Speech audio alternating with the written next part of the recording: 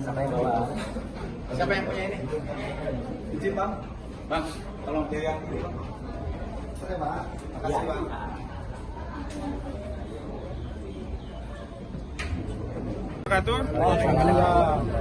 Kawan-kawan media, terima kasih atas kehadirannya dan kami perlu sampaikan informasi ini kepada seluruh rakyat Indonesia tentang kondisi penegakan hukum di negeri kita yang hari ini tidak baik-baik saja. Penegakan hukum yang timpang, berat sebelah, tebang pilih, pilih tebang. Apa indikatornya?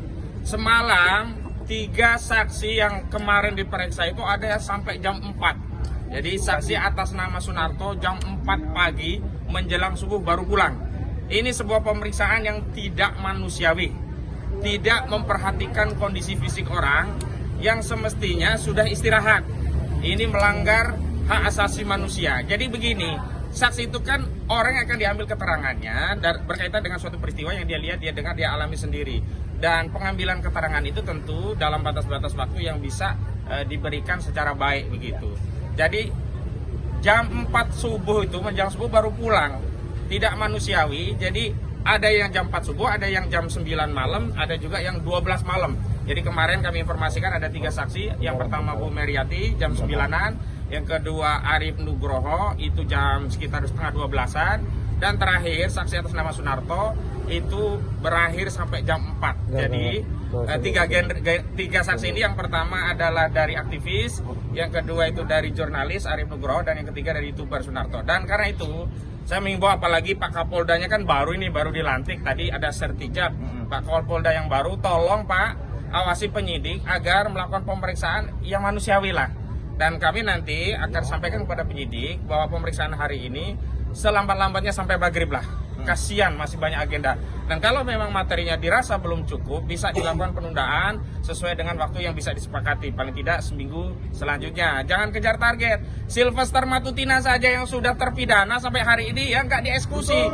Ya, ngapain ya memeriksa saksi sampai subuh, sampai jam 4 pagi? Itu apa tujuannya kalau tidak ingin ya menebarkan teror kepada saksi, seolah-olah ya ini saksi akan dijadikan tersangka. Nah, itu yang kemudian pesan yang diterima oleh masyarakat. Ini jangan-jangan ya memang bukan tindakan penegakan hukum, dan ini makin mengkonfirmasi ada kriminalisasi dalam kasus ijazah palsu Saudara Joko Widodo. Apa itu kriminalisasi? Yakni satu peristiwa yang sebenarnya bukan kejahatan, yakni peristiwa kemerdekaan berpendapat, bahkan pendapat yang berdasarkan ya intelektual yang dikaji secara ilmiah itu dipaksakan seolah-olah menjadi kejahatan. Dan kemarin di Jogja kita juga sudah komplain ada tindakan-tindakan kemerdekaan, berserikat, berkumpul dan menyampaikan pendapat yang diberangus dengan cara-cara yang tidak manusiawi, katrok ya, cara-cara yang deso, cara-cara yang tidak intelektual. Harusnya buku dilawan dengan buku. Saya ingatkan kepada negara ini, sudah ada 2 anak bangsa yang menjadi korban karena buku, yakni Jokowi Undercover 2. Jangan sampai ya buku yang harusnya dijawab secara ilmiah, yang Pak Roy Suryo, ya Pak Rizwan Syarifat dan Dr. Tifa membuat buku judulnya apa? Jokowi's White Paper. Itu ilmiah, kaji. Kalau memang nggak siap dengan beda pendapat, keluar dari republik ini. Karena konstitusi di republik ini menyatakan berpendapat itu adalah hak konstitusional, dan memang dalam konteks berpendapat itu tidak mungkin sama, ada perbedaan. Dan kalaupun ada kesalahan berpendapat, itu juga bukan kejahatan. Jadi jangan sampai orang takut berpendapat. Karena apa? Pertama, beda berpendapat. Yang kedua, salah berpendapat. Padahal beda pendapat dan salah berpendapat itu bagian dari hak konstitusional, bukan maling, bukan korupsi, bukan kejahatan yang bisa dipidana. Nah, itu yang pertama. Yang kedua, sejak awal kami sudah komplain ada penyelundupan hukum di kasus ini. Tapi ternyata ada 2 tindakan sekaligus. Di awal diselundupkan pasal-pasal yang tidak relevan, pada penyidikan dikeluarkan pasal-pasal yang sebelumnya masuk pada proses penyelidikan kemudian dikeluarkan. Apa itu? Yang pertama, ini kan kasusnya 311, 310 KWP dan 27A yang berkaitan dengan fitnah dan pencemaran. Tapi tiba-tiba dimasukkan ada pasal 35 dan 32 Undang-Undang ITE yang ancamannya 12 tahun dan 8 tahun begitu. Ya, yang kedua, bukan diselundupkan, justru dikeluarkan. Sebelumnya laporan dari yang awalnya katanya Pradi Bersatu, begitu SPDP, tidak ada itu pelapor atas nama Pradi Bersatu, yang ada hanya lecumanan. Sebelumnya ada pasal 28 ayat 3 Undang-Undang ITE, junto pasal 45A ayat 3 Undang-Undang ITE, yang terbaru diubah dengan Undang-Undang nomor 1 tahun 2024 yang merupakan perubahan kedua atas Undang-Undang Nomor 19 Tahun 2016 yang merupakan perubahan dari Undang-Undang Nomor 11 Tahun 2008 tentang ITE, Informasi dan Transaksi Elektronik. Kenapa? Pasal 28 ayat 3 itu mengedarkan kabar bohong yang menerbitkan kerusuhan, yang mengakibatkan kerusuhan. Ternyata yang bohong itu justru Pradi Bersatu. Sebelumnya kalau wawancara kemana-mana, dia katakan Pradi Bersatu melaporkan, Pradi Bersatu melaporkan. Ternyata setelah SPDP tidak ada pelapor atas nama Pradi Bersatu. Begitu kami kritik ini ada kebohongan, pasal 28 ayat 3 tentang pasal kebohongan ini hilang. Panggilan polisi hari ini tidak ada pasal 28 ayat 3. Jadi seenak-enaknya penyidik menyelundupkan pasal, masukin pasal, seenak-enaknya penyidik mengeluarkan pasal yang sebelumnya ada. Lalu negara ini di mana kepastian hukumnya? Jadi nggak boleh semau-maunya pasal dimasukin, pasal dikeluarin. Kalau memang konsisten ada pasal 28 ayat 3, kenapa hilang di proses penyidikan?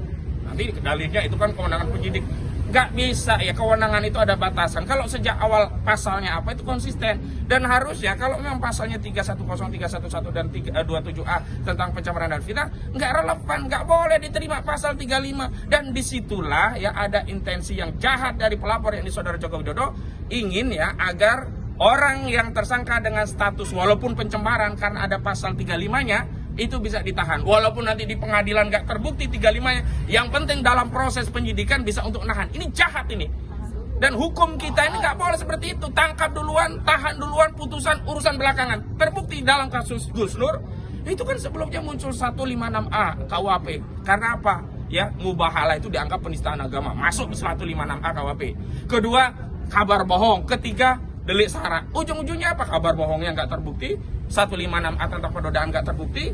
Yang terbukti hanya 28A. Itu pun sampai hari ini ya.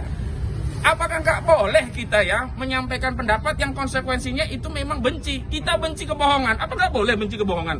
Kita benci orang tukang bohong. Apa nggak boleh benci tukang bohong? Hak masyarakat kalau mencintai keadilan dan membenci kebohongan. Hak masyarakat kalau mencintai kejujuran, termasuk orang yang membawa kejujuran, dan membenci orang yang tidak pernah jujur, orang yang berulang kali bohong. Jadi sekali lagi saya ingin tegaskan kepada penyidik Polda Metro Jaya, profesional.